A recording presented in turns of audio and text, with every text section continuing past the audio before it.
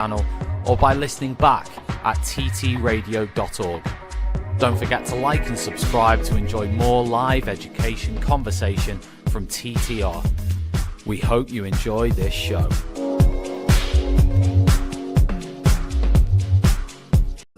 Outstanding and world-class vision and world-class this. I'm a real leadership geek, honestly. I've spent my whole career reading books and chatting to people. I just find the whole thing and the announcement, the way it's been announced, bizarre. If you could move away from a model where teachers are so intensely focused.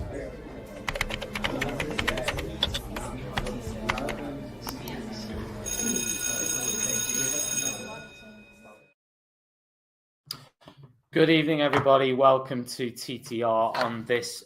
Well, is it sunny in the UK?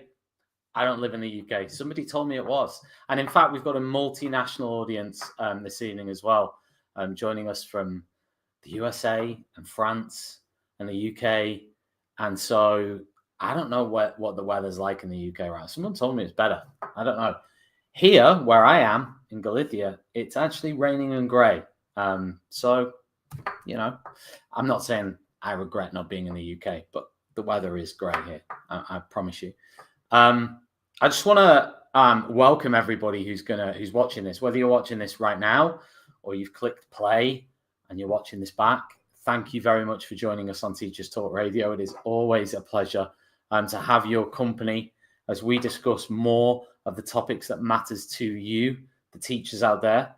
And I think tonight I'm quite excited about what we're going to be talking about. We're going to be talking about classroom discussion, which I think is a topic that in many cases, maybe it's sometimes a bit overlooked sometimes in terms of how it works, how we can enhance it, how we can make it better, how we can make it better for the teacher and the students. So I'm really looking forward tonight to digging into it in detail with three expert guests. So that's going to be absolutely brilliant.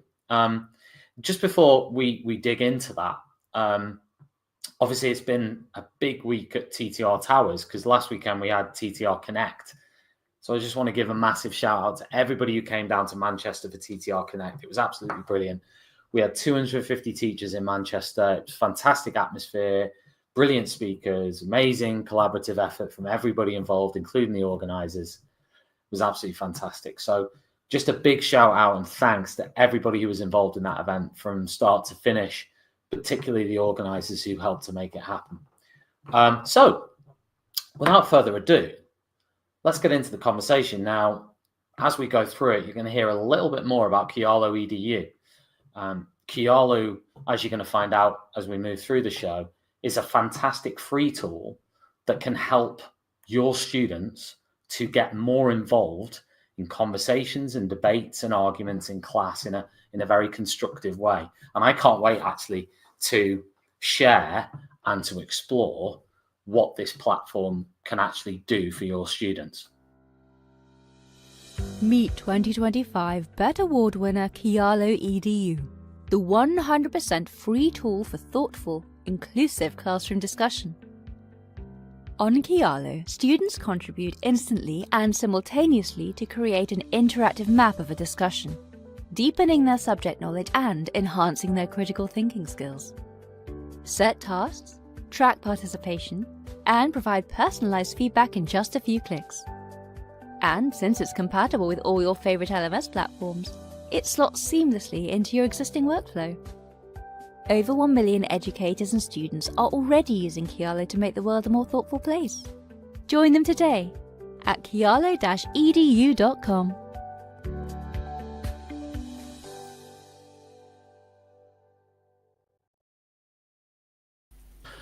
Sweet. Now, actually, as I mentioned earlier, I've got three guests here from all over the place. Let me introduce them. We've got Ian, who's a former English teacher turned partnerships coordinator for Kialo Edu, where he works to make critical thinking education both engaging and accessible. And Ian is joining us all the way from Nashville, Tennessee. Ian, Nashville, Tennessee. How is it over there? Is it really hot? You're on mute, Ian. Not yet. We're still at that nice part of the season, where the flowers are starting to come out, the trees are budding, and it's tornado season. So yeah, Really? yeah, we do that before it gets I have, before the I summer have to hits. say that Nashville is one of the places that I want to visit. It's on my list of my top 5 places I want to visit. Now, you're probably going to tell me there's nothing there and it's boring now. And you're going to No, not at burst my all. bubble. This is an amazing place to visit. Absolutely, you're going to have very few cultural experiences in the United States that are quite as singular as what we have here in Nashville. We're called Music City for a reason, so you can find something to suit. Don't worry. That's my main thing. Like country music. That's why I'm keen on it. Is all that stuff. We also have Louise. Louise is an experienced teacher who's now using her curriculum knowledge in her role as Education Resources Associate at Kialo. And Louise, you are busy spreading the word about Kialo in the UK. How's that going? I mean, it must be quite easy given that it's a free tool and it's amazing, right? Absolutely. And that's what we're trying to get out to teachers over here in the UK. It is completely free and it makes such a difference to classroom discussions. And it's a real pleasure to show teachers the platform and then to get their responses and then to see how they're using it in class. Brilliant. And Ruth, you're a experienced teacher of 15 years. You've got experience managing teams in RE and citizenship, PSHE, and you currently support schools with remote revision sessions, resource creation, and you teach a lot online. And you're also based in France. Yes, so I moved to France 2 years ago, and I've been working remotely because you can't be an RE teacher in France, but also because I love working with the schools I work with in the UK. And so a lot of the work I do now is remote, but I also plan work for teachers to do. So I kind of bring in bits of Kialo and lots of things to do with classroom discussion in all those subjects that are mine. Yeah.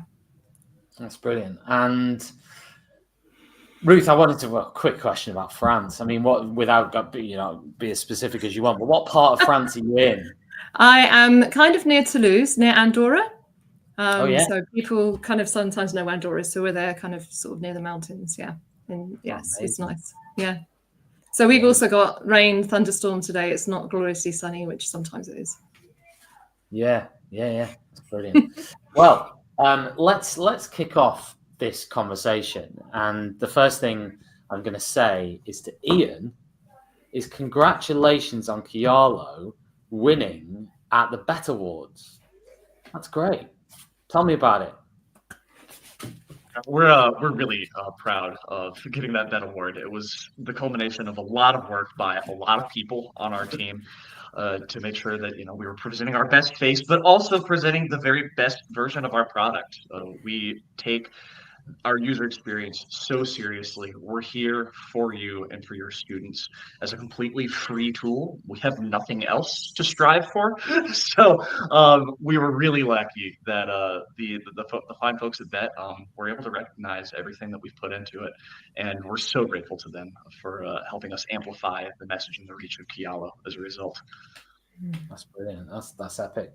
So I mean, the Bet Awards, were you actually at the awards? No, they didn't fly me in from the States to go to the Bet Awards. Although our CEO and founder, Erikos Pitsos, he did go to the awards and accept that in person. Because, Louise, were you there? Was anyone there?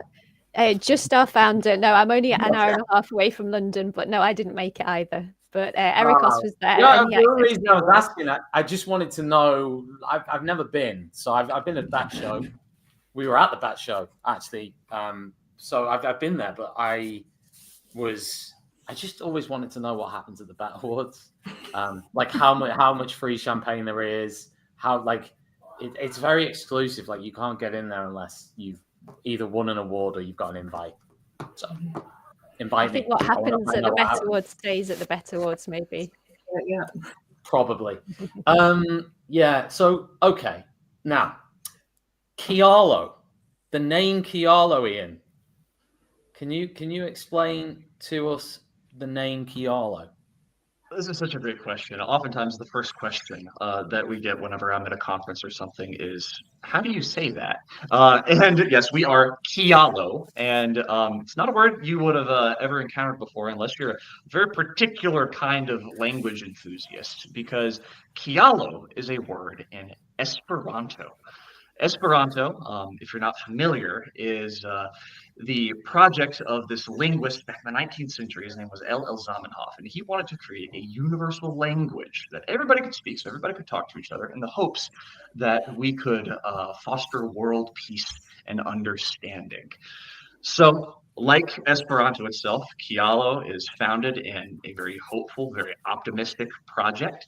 And Kialo means reason or cause, because our platform is all about getting students to explain the reason for what they think.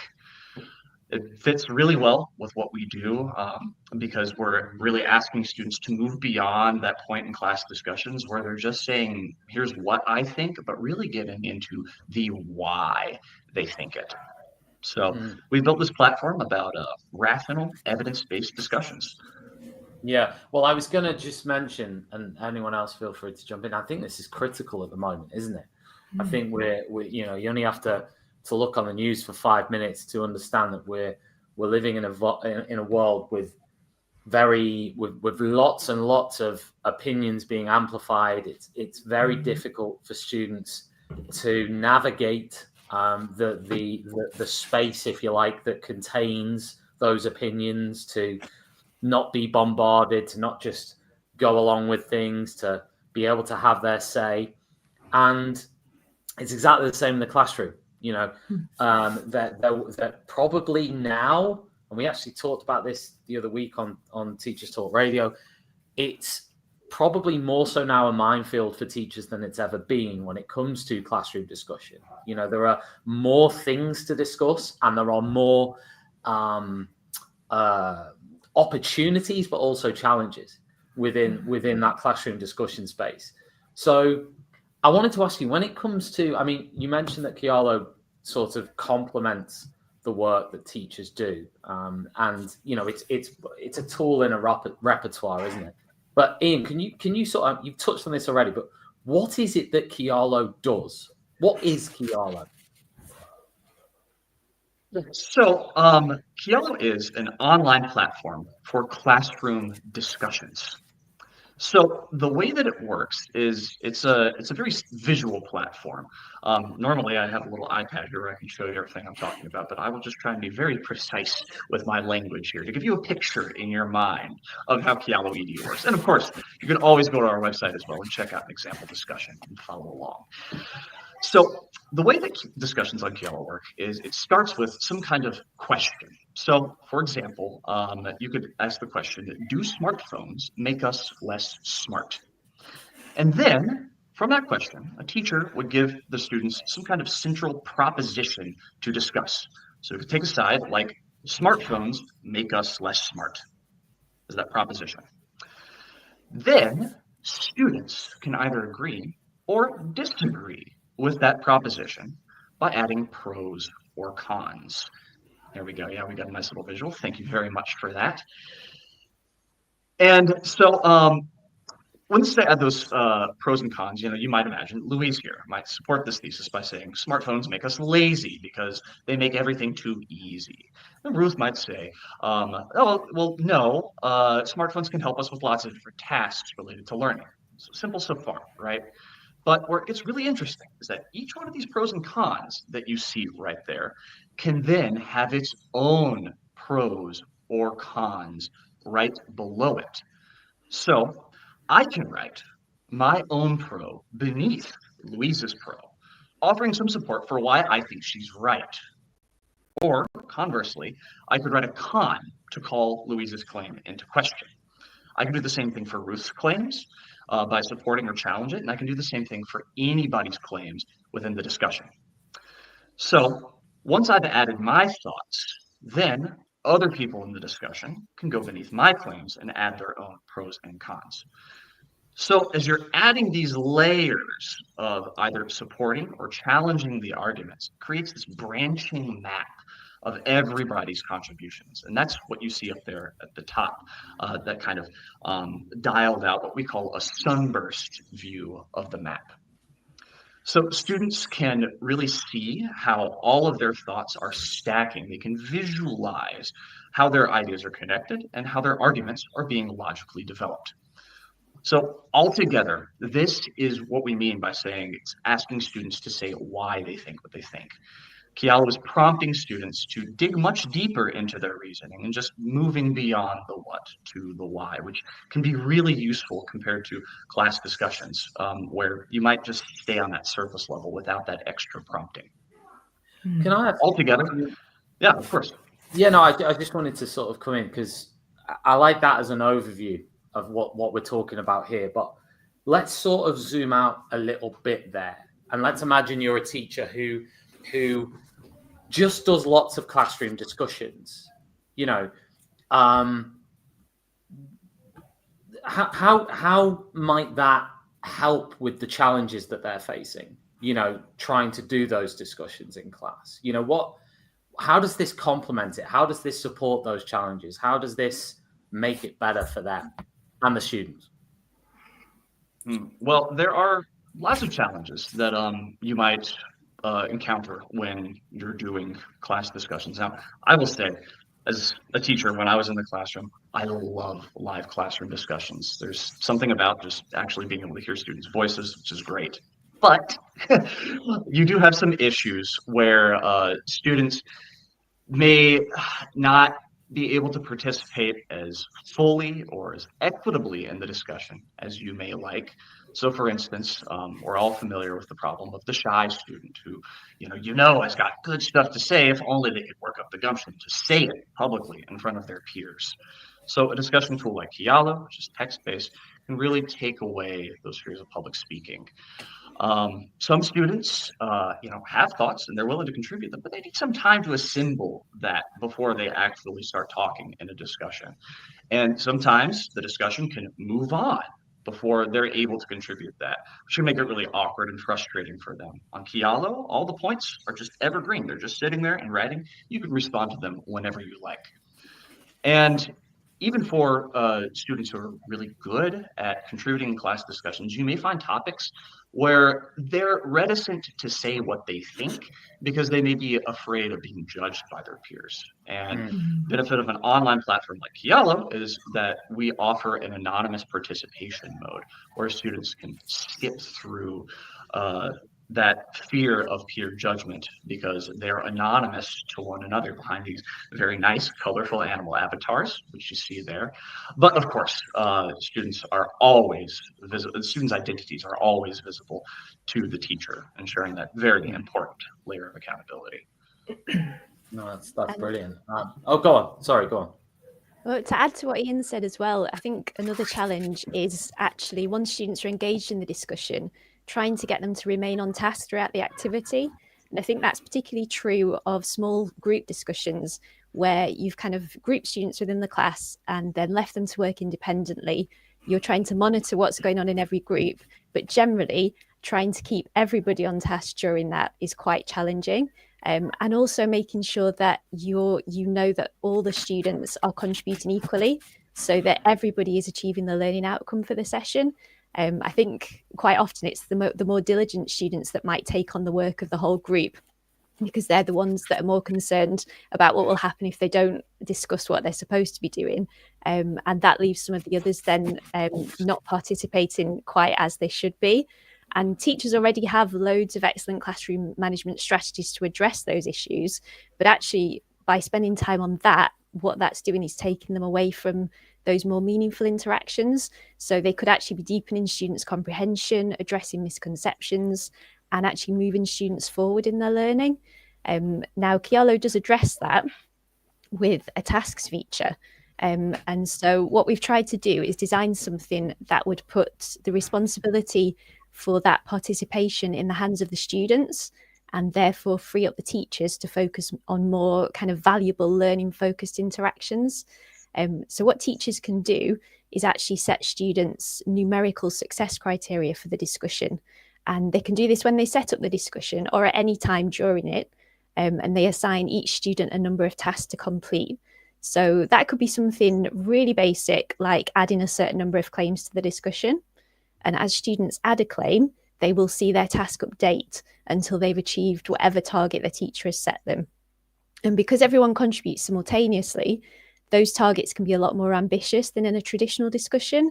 So rather than just expecting everybody to contribute once or twice, teachers might ask students to contribute maybe 5 or 10 claims within the same amount of discussion time. And there are also other tasks as well that teachers can set. So it's really good in a discussion, I think, not just to have students contributing their own ideas, which they generally can be quite confident with in the right situation, but actually getting them to think about what other students are saying as well and to respond to each other. So on Kialo, you can set students a task where they have to add claims under other people's claims. So that's great for getting them to engage with other perspectives. They can get used to supporting and challenging ideas, but also having their own ideas challenged as well. And that's a really key part of critical thinking, which, as you were saying at the start of the show, is absolutely crucial in today's world. You can also ask students to add claims under their own claims. And again, what's happening there is what Ian was referring to earlier. So students are going beyond just the what and moving into the why, and they're actually starting to develop lines of reasoning as well. There are even a couple more as well. So it's great to be able to move discussions on. And one of the ways that we can do that and challenge students is by getting them to add sources to their claims.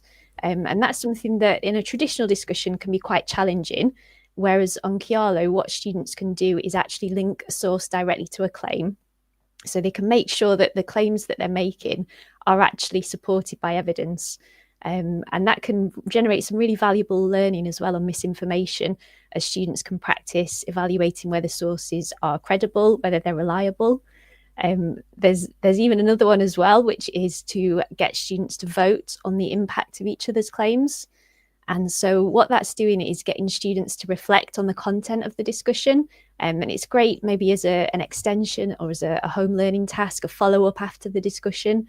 So actually getting them to go back over what's been said or what's been written and getting them to think about the impact of each of those claims. And that's something that would be great to do in a traditional discussion, but it's very, very hard to remember everything that's been said. Whereas on Kialo, that's something that is much easier because the whole discussion is recorded. Can I add to that with something that for me, I find it an amazing tool, and I can tell you more about why and how I fell in love with it later. But the thing that really made me see how useful it is that one of my A-level students, when she was revising very late at night, I shouldn't have been checking my emails, but I got an email from her, "Miss, can you resend me the links to all those debates we did online? Because I want to use them to revise for my A-level exam next week."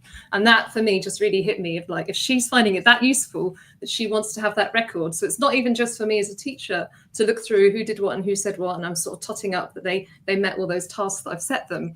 But the students themselves have that bank to refer to and go back to. And students that haven't been in the lesson can also see the things that we talked about.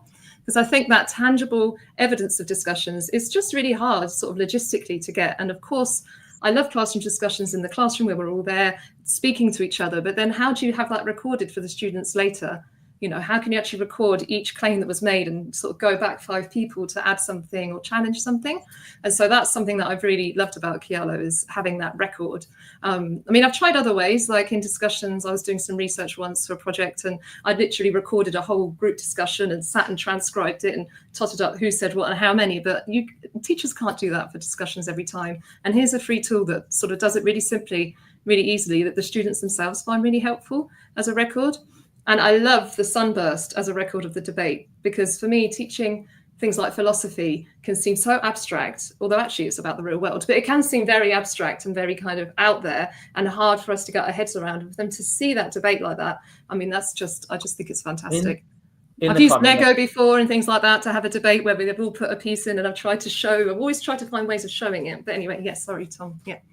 In the classroom, just sort of looking at this. So I'm thinking about tomorrow. You know, I've got history. We're looking at Oliver Cromwell, and obviously that's the classic sort of old school hero-villain debate. And I mean, there's lots more to it than that. That would be very, very sort of black and white. But equally, you know, there are plentiful uses for this. But I'm thinking tomorrow. You know, let's say I've got this lesson with year 8 tomorrow, Cromwell, and I want to experiment using this. So let's imagine I've got one-to-one devices, which I'm lucky enough to have, not my class, but the school has. So I can get one-to-one devices. Would you sort of, so let's imagine I wasn't using Kialo and I was having a discussion in class. It would be, and they had the one-to-one devices in front of them. It could be that they use the one-to-one devices to find information, or they could use the one-to-one devices to perhaps write something to prepare for the debate or the conversation that is going to take place, or they could have notes, they could have a fact file on there, or whatever. But that's really the limit to where they'd use those one-to-one devices, because the classroom discussion part is obviously going to take place with me, maybe with the other students as well. It might be a debate, whatever. So if they've got Kialo in front of them, can you talk me through? Would I sort of unleash them? Because I've used this myself. It's fantastic. But would I just sort of set the stage and then unleash them to it and say, right, you go ahead for the next 45 minutes and develop this argument, or would you structure it much more than that? I'm wondering whether anybody wants to jump in on that. For me, I can say from the different settings I've used it in, that for me, with some students, yes, I might set them off, maybe those A-level students, if we've worked hard on a topic and then they want to crack on and do it, that's fine. But I found much more effective is using it like a classroom discussion would, as a tool where I would have on the board the debate that's happening and have the points. Then I might model quite loudly and sort of obviously, oh, that's an interesting point. I wonder what I might say against that. Oh, I think this is a good point, and kind of model a few. And then they would see it and see it happening. And as the debate's going on, I might sort of pause class. Okay, everybody, let's pause and look at this discussion that's happening here. Because that starburst, one of the most beautiful things is when you see it in real time pinging out like this, and you just go, hang on, who are these two debating here? And it might be two students who've never spoken to each other, who've never ever spoken in a class discussion together, but they're the two that go off and have this debate that the rest of the class can see. So just like you might in a normal class discussion, it doesn't have to be that it's a separate thing that's happening on the computers over there. It's something that can be part of that classroom discussion. Yeah, totally. The bit I wanted to get at though was that you can almost have a live, like you just mentioned it, Ruth. You can see that starburst like developing in front of you. Yeah. So it can be a live experience, almost like Yes. a live event Yeah. for the students, rather than starting it off in one lesson, then coming back to it in 2 weeks, if that makes sense. But you could say in 2 weeks' time, we'll come back and go back to that debate. Do we need to go back and add something, But for me, the beauty of it is when that starburst is moving and the students see it. And I do a lot of my work now remotely online, and I work with schools doing, one of the things I do is revision sessions with groups of students. I was doing that anyway when I was in the UK. And for then I'll have maybe 20 or 30 students on there. And then in the chat, they'll be like, wow, that's so cool. Look at that. That's my debate. And I can see how interesting they find it as a tool. And they always ask me, Miss, can we do another one of those Kialo debates, please? So that for me makes me realize how much they enjoy it and how useful it is for them in pushing their thinking. Some of them have said to me, oh, in class, I don't always get to have these debates with people, but on this site, I've managed to have my thinking pushed on so much more by students that I might never have really had those conversations with. So yeah, anyway.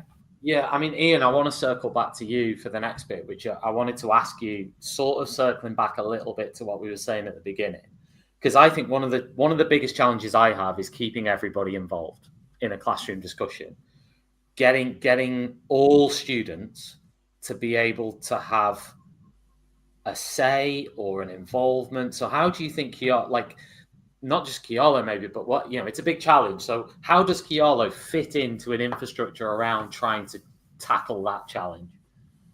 Right. That is one of the big challenges in any class discussions, making sure that everybody's participating, feels like they're involved in the conversation, because it's no fun to just sit out there on the edges the whole time.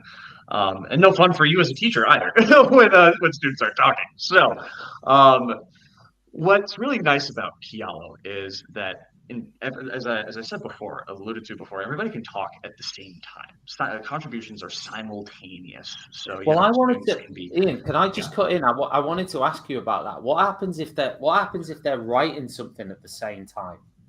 Does that matter? What if you've got like student A over this side of the classroom, you've got student B over this side of the classroom, and they're looking at the argument? So let's imagine this one, right? Books are more in depth than movies. And one student over on the right-hand side has written a pro. one student on the other side has written a con, I guess they can both just do that at exactly the same time, right? And then it appears at the same time, and then they can add to that. Absolutely, they can. Okay. Yes. So you could be working on two completely different aspects of this conversation at once, if you will. If there's a student who's really interested in, I don't know, if you're talking about Cromwell, somebody who's interested in sort of Cromwell's personal character, you could be having that little side discussion over here. While at the same time, some students are having another discussion about the historical context in which she's operating. And that is completely possible on Kialo. We do try to make sure that students aren't putting the same ideas within the discussion, because we do know that there is that potential to happen. There is a nifty little duplicate checker. As you're writing a claim on Kialo, Kialo will let you know if somebody has used similar language or words in another claim in the discussion, so that you can check your writing, your thoughts against that, and hopefully not duplicate what somebody has already said. No, that's brilliant. That makes perfect sense. So coming. Sorry, that was me going off on a tangent, but I thought that was an important point. But the what I'm interested in, that inclusivity wise, in terms of involving everybody. I mean, obviously they can all. I mean, do you think this helps the students? I mean, I've not. Ruth will have seen this in action. I've not seen it in action. I've used it, but not in action. So Ruth, does this encourage participation on that level? Yeah, and I think something we haven't said, I mean, we've alluded to it, is the idea of differentiation, and how actually, I've said this about some of the students feeling like they're being pushed when they might not, well, they are pushed in the classroom, but you know what I mean, the ones that really thrive when they're like up against someone else who's also, as maybe gifted and talented as them. But also, I think differentiation for all students. So those ones that you said might be hesitant to join in, they've said to me, I really enjoy actually watching someone else type something first and then I can comment afterwards. Or even just the students who do the voting. Some students I've said, look, maybe we're doing a topic today that, because I do a lot of revision classes with students who feel a bit out of their depth sometimes with some of the content. I've said, even if you don't feel you can contribute, just wait and then decide how you're going to vote. And then they always still get involved and do the voting, because they can see those ideas that are, put forward by the other students. They can kind of understand them and start to vote. So I think it encourages them so much more to contribute, which is fantastic. And whilst, I mean, I love class discussions, it's my bread and butter as a teacher, but the students in my classes do sit a written exam at the end of their course for religious studies, for example. We can have all the class discussions that we want to have. It's amazing, but their exam is going to be something written. So I think being able to see these things being written out by each other can really help with that differentiation for them to see how they can maybe frame their views. And sometimes it's not their view that I'm asking them to write. I'm asking them to write a completely different view and give a reason for it. And then they can do a counter to that as well. So I think differentiation, it's a really good tool for differentiation as well. Nice, brilliant. Louise, talking of sort of, how this translates into the classroom, when it comes to classroom management, managing a discussion is definitely one of the tougher parts of the job. I mean, I'm into year, 19, 18. It's still with a big class. It is one of the tougher parts of the job. Now, during the lockdown, when I was teaching online, using tools like Mentimeter and even just the chat feature in Teams, right, or whatever, it was much easier. I'll be honest, because you don't have now. I quite like this idea of Kialo being in the classroom, or tools like Kialo being in the classroom, because it almost gives you the best of both worlds. It gives you all the students there, but they can type stuff instead of feeling the need to shout stuff. So suddenly maybe you can take a certain element out. Now, obviously, there's still going to be opportunities for the students to talk, because I wanted to touch on that as well, is how oracy is just incredibly important anyway.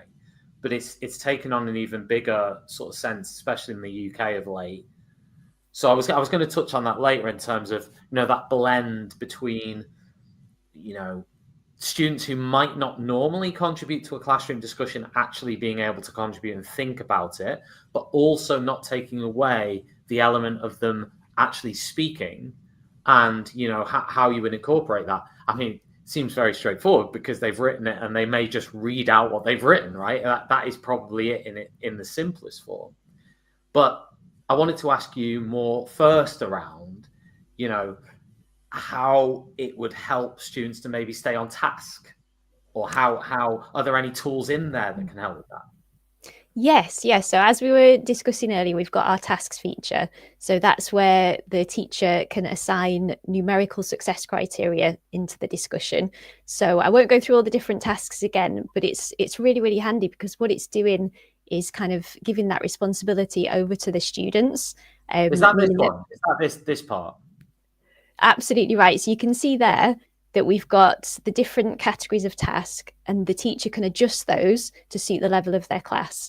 You could even, if you've got your students working in different groups, as Ruth was saying about differentiation, you could actually give each group a different number of tasks as well, and do your differentiate in that way. So we've got that feature. And like I said, what that's doing is giving the ownership of the discussion really much more over to the students. I think quite often in a traditional discussion, it's the teacher that's at the center of the discussion. So the student will give a response, but that response will go to the teacher, and it's almost filtered through the teacher, and then the teacher asks another student to respond, and it's almost like they're looking for the right answer and for the teacher's approval. Whereas on Kialo, you could actually have a discussion where it's just the students completely, and the teacher doesn't need to contribute at all. There's that level of flexibility. It's the students interacting with each other, but at the same time, we do have the features there where the teacher can take as much control or as little control as is needed. So, for example, it is possible to use a grading and feedback tool on Kialo as well. So if you think about a traditional discussion, you've got students giving their contributions, and the teacher would be perhaps feeding back one at a time in front of the whole class. That's quite a time-consuming task, really, and it's quite hard to give meaningful feedback. But what teachers can do on Kialo is, with every claim that's submitted, if they wish to, they can grade it using a numbered scale. And then they can also add some written feedback as well. And they can do that on as many or as few claims as they wish. So as they're going through the discussion, they might spot some particularly strong claims that they want to give some positive feedback on. But more likely, they'll spot something that needs a little bit of constructive criticism to move that learning forward, perhaps address a misconception, something that might need supporting with a source. And that feedback will go instantly to the student. So that means students can address the feedback immediately, and therefore they're going to make progress within that session. So it's almost like a continuous cycle of formative assessment. But it is really important to say at the same time that those features are completely optional. So it's perfectly possible just to have students go straight into the discussion without any setup needed, without even creating an account, and get students talking if that's the purpose of the session. But equally, if we've got some very strict learning outcomes that we want to meet in that session, teachers can tailor the discussion to suit the needs of the lesson. Yeah, I was going to ask about this part in terms of when the students are sort of, I guess, giving feedback on a claim. I was going to use the term challenging a claim, but giving feedback on a claim, saying, and let's say it was critical feedback, as in, this needs backing up or supporting or a source on it, a reference point on it, or maybe it's whatever. Is there any way, and this more dwells into just teaching in general, is there any way that you sort of encourage perhaps higher level responses there? Because I guess, there will be teachers out there saying, right, I'm just going to get a student going, I really want to challenge this claim. I don't know what it means, but I'm just going to write something on it saying, I challenge this claim, it's garbage or something, that's more about the teacher, I appreciate, and how they structure that task and how they set it up. But I mean, that's not necessarily to do with Kialo itself, but I'm wondering, I guess one of the intrinsic features is it allows them time to think. I suppose I would say that's a really positive thing with it, rather than it being a free-flowing classroom discussion where everybody's talking and someone might not get the chance to actually think about what they're saying. But I wondered whether you had any thoughts on that point. I think the key thing is to make sure that as with any session, you have got your clear learning objective and success criteria in place before the session. And so any feedback that you are giving students is directly related to that. And they already know before they start what the expectation is. They already know what makes a good claim in this particular context. And so it's very, very easy then to make sure that your feedback is directly related to those success criteria. It's not personal, as in the students' ideas. It's about how to write the claim, or it's about how to find a credible source, for example. And oh, go on. Sorry. I was just going, and I've used it in that it's always the pros and the cons. So they're always thinking of what's the strength or weakness, or what could I say against or encounter. So that frames it rather than just, what do you like about this? Or, kind of, sometimes we can say that in a discussion, does anyone not think? And it's sort of, this really does frame it as that kind of critical thinking that you set up before you do it with the students. But I've just found much more than some classroom discussions where it can get a bit personal or, get off the topic. This kind of helps them remain in that sort of critical thinking mode. And they're not feeding back like on the point. They're just seeing the strength of the point or not, and how would they counter it if they don't think it's a strong point. That makes perfect sense. No, brilliant. Yeah.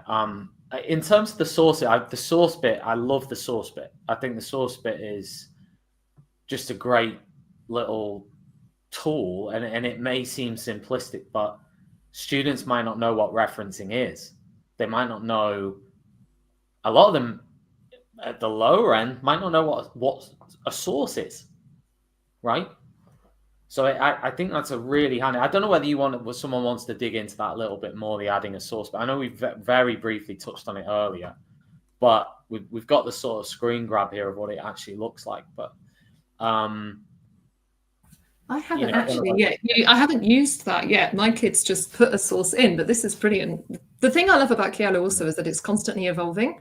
And so every time I log onto it, there's like a new feature and a new thing, and it's just amazing. And when I've spoken to Kialo about things where, for example, my students at the very beginning were finding it not hard, but like having to like make an account, and then I put them in a group and I gave them the link and I said to Kialo, can you make it instant access? And they were like, hey, that's a great idea. Yeah, let's do it. And they just made my life so much easier. And so constantly there's things appearing, and this just looks like it's going to be amazing, because for us, it's the same thing. Our students, they need to use sources and they need to cite where the sources are from. And that's the thing that they sometimes struggle with. To make that explicit is really good. Yes, we'll definitely be using that.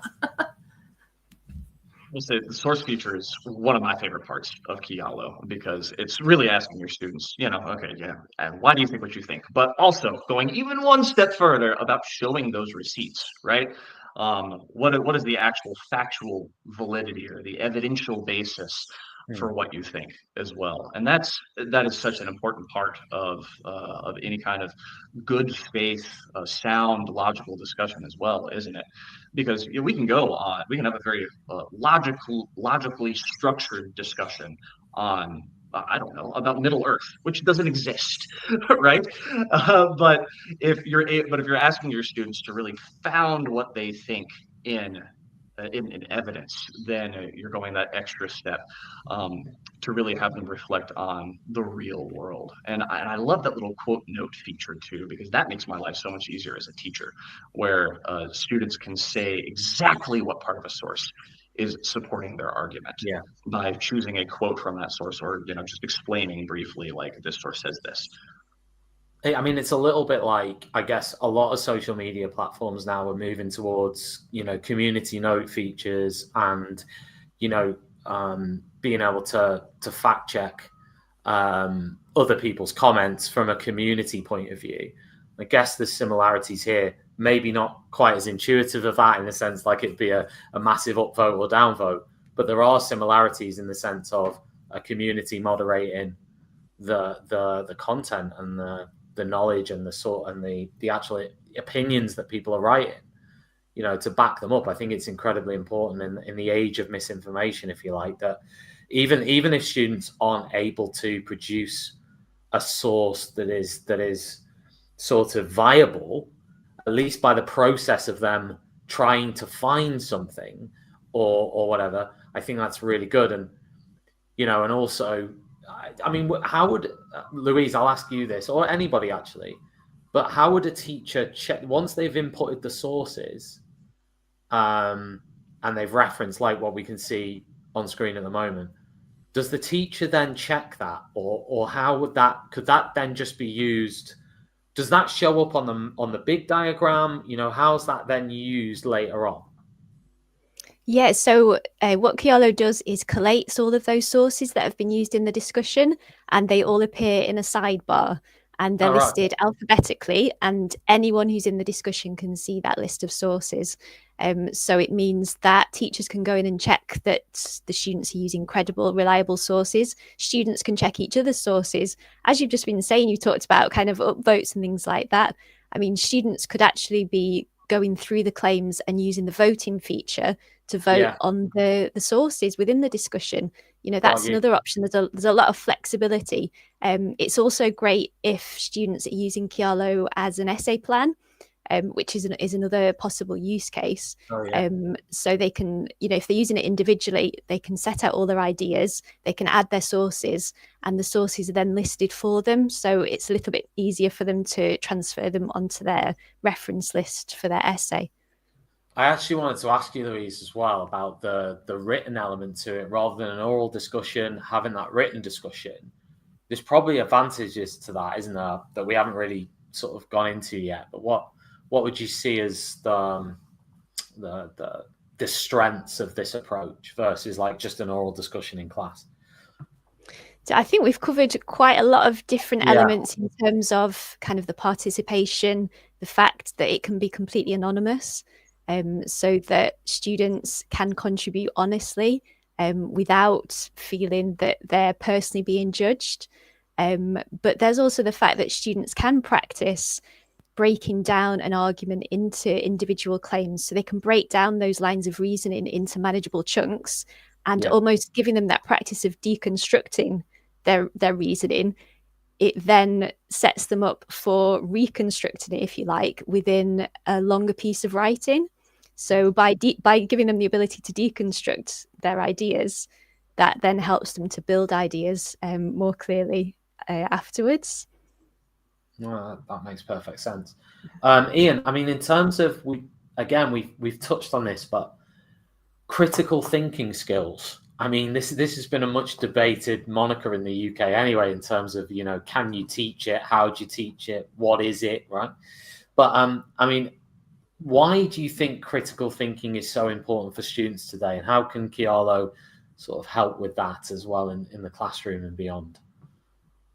Right. Well, Kialo's focus on critical thinking, I will say, is one of the main reasons why I wanted a job with this company to begin with. When I pivoted out of teaching, I wanted some place to apply the skills in a way that I thought was really meaningful for the world. And critical thinking is now just as important as it's ever been, because we want our students to not just be recipients of information.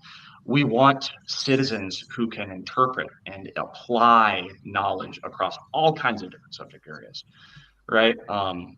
It's really important because students, through learning critical thinking skills, become better communicators. They're able to weigh up different arguments from different perspectives. They're able to recognize their own cognitive biases and, really self-reflect, have that kind of metacognition as well, which is very important, for kind of checking yourself once in a while, not just in academic conversations, but in your personal life too, right? And it really is great because it has those real world skills of problem solving and decision making that students can apply to all different areas of their life. And if I can get on my soapbox for just one moment here, of course, it really does speak to the moment as well, because of exactly what you referenced earlier, Tom. We are in an age right now where all the 21st century skills and challenges that we try to prepare our students for, one of the big ones that's right in front of our faces right now is misinformation. You go log on to any social media platform, and unless you are very diligent about curating, what you're seeing, it's liable that you're going to get at least a little bit of spray of that fire hose of misinformation that is just out there these days. So we really want students who are able to identify and evaluate credible sources, people who have just, at least enough of a mental barrier, if you will, sort of a psychic barrier to that kind of misinformation, where they can spot claims that sound suspicious, or maintain that kind of skepticism, to not just immediately gobble up anything that you see just because it already confirms your worldview. So we really want our students to be on guard as much as possible going forward, so that they can make better decisions both in their own lives and better decisions as citizens that affect all of our collective well-being. I think it's important. I mean, even a couple of weeks ago, maybe last week, I was having a debate on a particular social media site, Facebook. It was actually. Let's just say it. And it was on my personal Facebook, so it wasn't a public sort of debate. But it was interesting because the way the debate went, and this is where a tool like this, I think, is genuinely important. Whether you sort of to the level you want to buy in is obviously up to an individual, and a teacher will work out how best to use something to one degree or another. Every teacher needs to make their own decisions on that. But in terms of tools like this that help to understand argument and understand debate and understand what is a source, what does it mean when you say you've proven something, what does that look like, what's I mean, obviously another element that you'd move on to, I can see the uses for this already, but when people are putting in the sources, what are the sources you're using? What is a reputable source? What is an opinion and what is a fact? In this particular argument I was having, the person was referring to links, but they were links to the opinions of other people. So they weren't like, it was like, I've proven this because this guy on a random YouTube channel said this. Well, that's a source, but it might not be it's an opinion, someone else's opinion that you're using to back up your opinion, rather than a fact to back up your opinion, right? So I think there's so much. I was thinking about this in the context of this conversation leading up to it, obviously exploring Kialo myself, and thinking how the complexity of conversation that's happening now because of social media, the difficulty that, I mean, this was an adult to adult conversation, but thinking about kids and the challenges they're going to have, and how can they see the wood from the trees? How can they see and understand that? And maybe something visual like this can help them to do that. Maybe the structure of it can help them to understand how arguments can work. Ruth, I wanted to ask you, in the classroom, now obviously it's an online classroom, but how have you seen the students use it? You're obviously here as a guest of Kialo, so you must have had a positive experience with it, but I want you to really give us how you've used it in practical terms and the results that you've seen. Well, yeah, so to begin, just what you were saying there about misinformation is so powerful for us in religious studies and philosophy, where there's so many misconceptions that can be really embedded from exactly what you were saying about different sources of information. So I first discovered Kialo during lockdown, when I was searching for I typed in, how can I do a debate online at the same time with all these kids online? Because that was the thing I was really, really missing during lockdown teaching. I loved getting into all the tech and Mentimeter and, all the chat functions and Google Polls and everything, but I needed something. I was trying Google Docs where they were writing comments, and I was just like, surely there's something that can bring all of that together and make it still happen. And then I saw, it just took me to the Kialo website, and I was like, yes, this is amazing, and just went for it. And then my students, I kind of just worked it out as I went along. I didn't even have time to go. You know what it was like, I don't know, during those lockdown days where you were up mega late planning for the next day. I had a toddler shutting my laptop every time I was in a lesson, all that kind of stuff. And I was learning as I went along with it how to work it and how the students could. Started with my A-level students, because for them we do a lot of debates and a lot of discussions, a lot of what we said about essay planning here. So I started with them, and it worked super well with them. And like I said, they asked me for the links and they wanted to have copies of the debates. And then I thought I'd try it out with my GCSE classes. And again, they just took to it. They absolutely loved it, because they could have those discussions that they'd been missing. But then when we went back to in-classroom teaching as well, I used it still because I still loved it as a platform for all the things that we've said about all the students being able to contribute at the same time, not having to wait their turn. It's that worst thing when there's a student that's desperate, wants to speak, and then when you get to them, they go, oh, I've forgotten what I was going to say now. And you just think, oh no, I bet it was brilliant, and this was just a way to manage that. I took them all, we don't have one-to-one devices in the school I'm in Tower Hamlets, but I just booked out a computer room, took the kids in there and then showed them how to use it, circulating the room, seeing what they were doing, helping some students out if they needed it.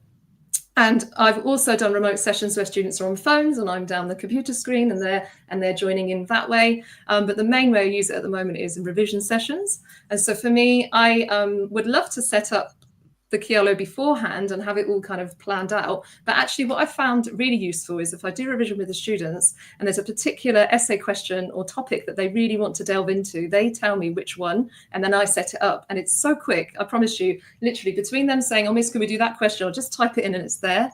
I think a lot of us had that kind of tech fatigue by the end of lockdown. I don't know if people have suffered that, where it's like, oh, it's another thing. It's another one. I just can't cope with another techie thing.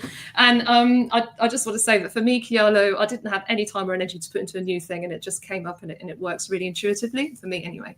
And then we just join in with that debate. And also what I like is you can have, because for me in religious studies, we have a lot of questions about whether this or this is more important. It's not always that kind of sort of dichotomy between two views. It can be a range of views that we're trying to encourage our students to think of and not always polarizing. And so there's that function as well with Kialo where I might put 4 or 5 claims that they can start to debate under.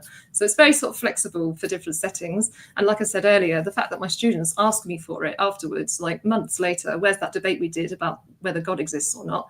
And I can find it for them. It's it's really super helpful. Yeah. I'm going to ask you that, Rich, in terms of like the use of the diagram after it's finished. I mean, how do you use it? Do you refer back to it on screen? Do you say, let's have a look back at it?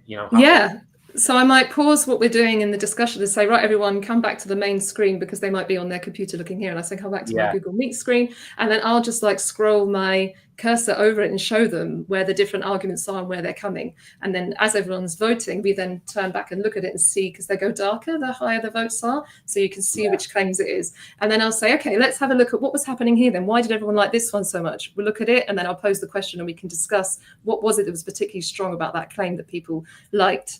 And then I can print off the starburst to have it on my wall so that then we can refer back to it as a kind of reminder. Oh, do you remember that discussion that we had? And then there was us two that had that little debate that went off in the corner, What's the difference between the colours on the map? The red and the blue and the light green and the orange. Well, I think I know, but I might get it wrong. Ian knows. So the blue circle that you see there in the center, that represents the central thesis or that proposition. So in this case, books are more in-depth than movies. That's that blue circle. And each green wedge that you see is a pro claim, while each red, orange wedge that you see is a con claim. So you can see how all those are branching out. And the different shades correspond to Kialo's voting feature, where students can go on each claim and rate what they believe to be that claim's impact or the strength of that argument, if you will. So claims that students have voted more highly, that they think are really good arguments, are going to show up as a darker color, while claims that aren't voted as highly are going to have a lighter color. And that's really neat. If you would like to, as Ruth has been talking about, go through a discussion at the very end. You throw that sunburst up on the board, and you can, click on each of these darker colored wedges, which are the good arguments, and go through and ask students, okay, well, why do we think this is such a good argument? And so you can have a really nice follow-up activity to your Kialo discussion that way. And is there any sort of rhyme or reason in terms of where those are situated on the map? Or is that just fluke where they are on that map? Not at all fluke, no. Very, very intentional. Nothing is a fluke with Kialo. Nothing's a fluke. Yeah, right. That's all. It is all very purpose, very focused. That's our whole. I was just checking. Yeah. So it's where you see those pros and cons displayed in that visual map is where you would see them in that chain of argumentation. So you will see the green and red wedges that are attached to the thesis are responding to the thesis. If you see a green wedge that's attached to a green wedge, then it's a supporting argument for a supporting argument, bringing that into another level of detail and depth. And wherever you see a red wedge, somebody has decided to challenge whatever bit of reasoning lies above. Got you. Perfect. Okay. No, that's brilliant. And Ruth, just going back to you for a minute, because what I'm thinking about is the different age group of students who might use this, right? Yeah. What's your experience with like Key Stage 3? Yeah, or even younger, all the way up to like A level. What's your experience of the different key stages using it? So I've used it from year 7 all the way up to year 13. American viewers. Oh yeah. Ian, translate this. Is it K-12? 11 to 18, 19-year-olds, 18-year-olds, 11 to 18-year-olds. Well, here it's college and lycée. Anyway, yeah, that age group, 11 to 18, is the age that I've used it with.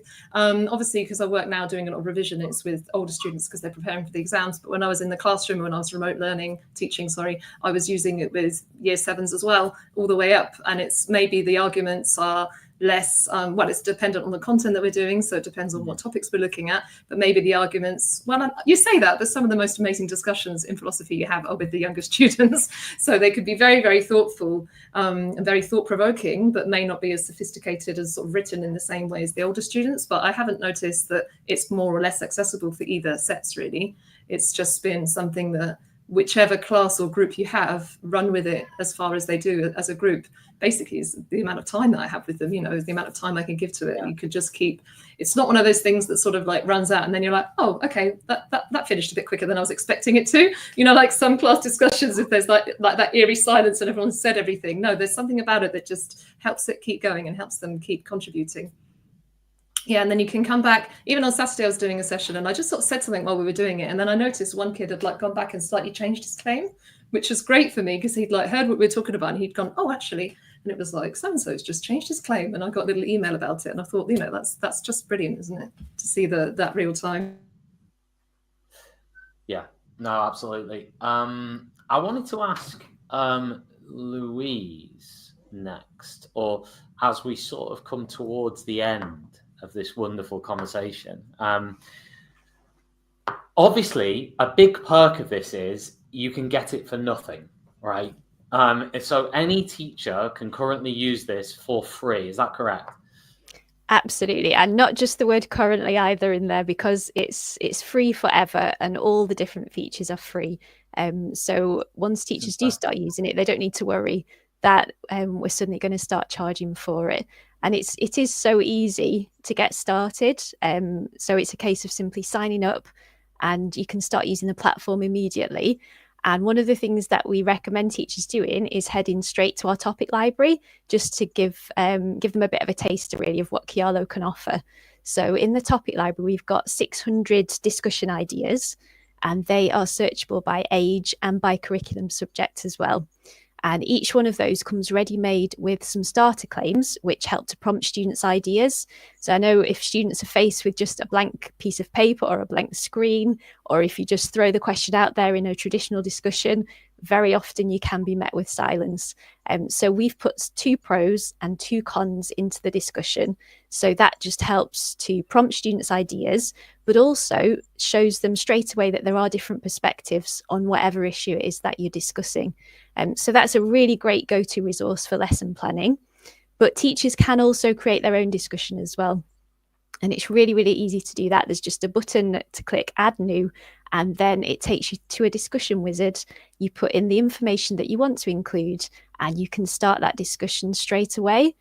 And I think because teachers can create their own discussion, it means that any teacher of any subject can use Kialo. And those Kialo discussions can very quickly become a regular lesson activity then, across the curriculum really. So they're another really useful tool to have in a teacher's resource bank. So, one day we might be doing a written activity, One day we might be doing something online. One day we'll be doing a Kialo discussion. It's something that's really, really helpful to have. And I think it's also worth pointing out that with a traditional discussion, it can be really, really hard to evidence what you've done. And I think as a result, quite often discussions might be used as an introductory activity or a reflection activity, but they're very rarely the main part of the lesson. Because of that need to evidence, you might need to show what you've done in that lesson to a member of the SLT, for example, or perhaps another visitor that comes into school. And it can be really, really hard to do that with a discussion. Whereas on Kialo, it's very simple just to print out a QR code for the discussion that you've been working in and get that in students' books. And then anybody who wants to see what you've been doing in that session can simply, scan the QR code and they can see all of the discussion. And so what it does is change that discussion from an introduction or a reflection into the main activity for that lesson. And it's great for teachers to have that variety and different ways to keep pupils engaged. That's fantastic. So any teacher who fancies having a go with this, I'm going to be having a go with it hopefully tomorrow. Certainly either tomorrow or Thursday on Cromwell. So I'll let you know how that goes. But if they want to, you can visit kialo-edu.com. It takes about 1 minute to sign up for free, and then you can get started on there, set up a discussion point, and then let it roll out and see how the students get on with it. How do the students sign up, by the way, for it? Do they sign up through, do they just log in through email accounts, or is it open access? How does that work? So a few different ways, and you can choose the way that's best for you. The simplest way is just to use what we call an instant access discussion. You create your discussion, you turn on instant access, and then you can give your students either a link or a QR code, and they'll pop right into the discussion. They'll just put in their name, good to go. If you would like students to have accounts that you can track and whatnot, we do integrate with all of the major learning management systems out there. So if you were to put in Kialo and say your Google Classroom, your Moodle instance, Canvas instance, then what we'll do is automatically create accounts for your students on our back end based on whatever student information is in the LMS. So they'll just be good to go. Perfect. Brilliant. They can also set up with email addresses. Can they still do that? So I should know this. They could set up their own account with an email address, couldn't they? Yeah. They sure can, yes. That instant sharing access link was just, I was like, I already love Kialo, but this has just made my life 10 times easier. It's so good. Yeah, really good. They could just come and jump in and have a go straight away. Share it in Google Classroom, yeah. No, it's brilliant. Fantastic. Listen, guys, it was absolutely brilliant this evening. Really, really enjoyed that chat. So much to think about, not just how to integrate Kialo, but also just in general about classroom discussions and how they work and how they fit together, how we can enhance them, how we can make them better. I think it's an undercooked topic in education discourse sometimes, I think. So I think it's been really, really good to give it a bit of coverage tonight. And yeah, thank you so much for giving up the time to come on this evening. It's been absolutely brilliant. And Tom, can I just say thank you for Teacher Connect last week, that you did it remote as well, so I could join in while I was digging my potatoes in my garden. Honestly, I loved it because I could still be there listening to all the different RE talks. So thank you for doing that. It nearly killed us, but yes, we did do it remotely. Anyway, guys, it's been a pleasure. We'll be back again on TTR tomorrow. Yeah, stay tuned. Stay tuned with Kialo. Stay tuned with Teachers Talk Radio. We'll see you soon. Bye, everybody. Good night. Meet 2025 BET Award winner Kialo Edu, the 100% free tool for thoughtful, inclusive classroom discussion. On Kialo, students contribute instantly and simultaneously to create an interactive map of a discussion, deepening their subject knowledge and enhancing their critical thinking skills. Set tasks, track participation, and provide personalized feedback in just a few clicks. And since it's compatible with all your favorite LMS platforms, it slots seamlessly into your existing workflow. Over 1 million educators and students are already using Kialo to make the world a more thoughtful place. Join them today at kialo-edu.com.